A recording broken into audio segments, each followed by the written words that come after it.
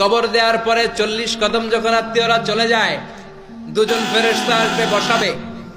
এই ঘটনাটা আমারও ঘটবে, আপনারও ঘটবে, বিশ্বাস হয়? প্রস্তুত আছেন তো? বসিয়ে দেয়া হবে। মুমিন বান্দাকে প্রথম প্রশ্ন করবে, আমার রব্বুক, তোর রবের নাম কি? মুমিন বান্দা বলিষ্ঠ কণ্ঠে বলে দিবে, আল্লাহ আমারে রব, এই রবি আমার সব। পড়ে, আল্লাহ আমারে রব, এই রবি আমার সব। পড়েন আমিন। আমরা যেন আল্লাহ বলিষ্ঠ কণ্ঠে বলতে পারি, আল্লাহ আমার রব, তুমি কবুল করো। পড়েন আমিন। প্রথম প্রশ্ন খালাস। দ্বিতীয় প্রশ্ন, আমা দীনুক, তোর দিনের নাম কি, ধর্মের নাম কি? চিৎকার দিয়ে আমরা বলবো, আমাদের ধর্মের নাম।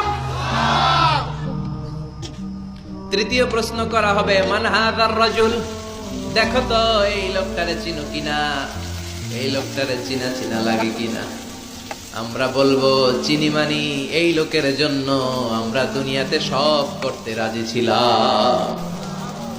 এই লোকের জন্য আমরা দেহের প্রাণ ঢালা উচ্ছ্বাস ছিল আমাদের হৃদয়ে। আমাদের দেহের রক্তটুকু বিলিয়ে দিতে আমরা পৃথিবীর বুকে